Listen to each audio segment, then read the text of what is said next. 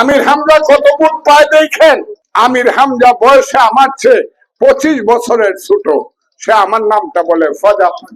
বাংলাদেশটা কিন্তু যুদ্ধ হয়েছিল, 30 লক্ষ লোক কিন্তু মৃত্যুবরণ করছিল, 2 লক্ষ মা বোনের ইজ্জত গেছিল, সোনার বাংলা পুড়িয়া ছারখার হয়েছিল।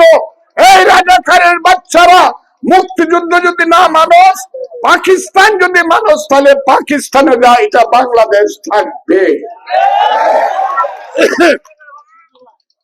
তখন কি হয়েছিল জানেন তো? তখন মোল্লা, কোন মোল্লা? জামাতের মোল্লা। অন্য মোল্লা আমি বলি না, অন্য মৌলানা মৌলবী আমার মাথার তাজ। মৌলানা মৌলবী সাহেব, ইমাম সাহেব আমার মাথার তাজ। আমি জামাতি মোল্লারা বলছে রাজাকারের বাচ্চারা পাকিস্তান যা। তখন ওই যে জামাতের এখন খারইছে, এদের চেহারা গুলা দেখেন খালি। এর নাম হলো আমির হামজা। খারইছে না কুষ্টিয়া থেকে?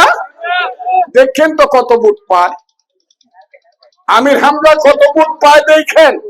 আমির হামজা প্রথম বললো আরে আরে এরে ফুজ্জা ফুজ্জা, এ তো ফজা পাগলা।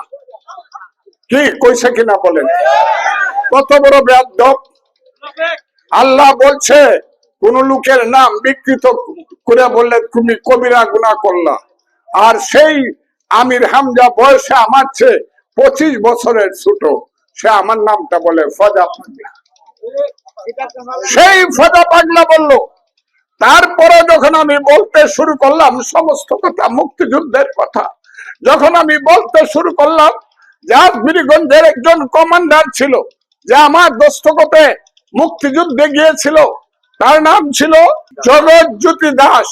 সেই জগৎজ্যোতি দাস যখন জল শুকায় যুদ্ধ হইল, সেই যুদ্ধে 50 জন মুক্তিযোদ্ধা শত শত আর্মির ঘেওড়ার মধ্যে পড়লো। সারা সিলেটের আর্মি আসলো তাকে ধরার জন্য।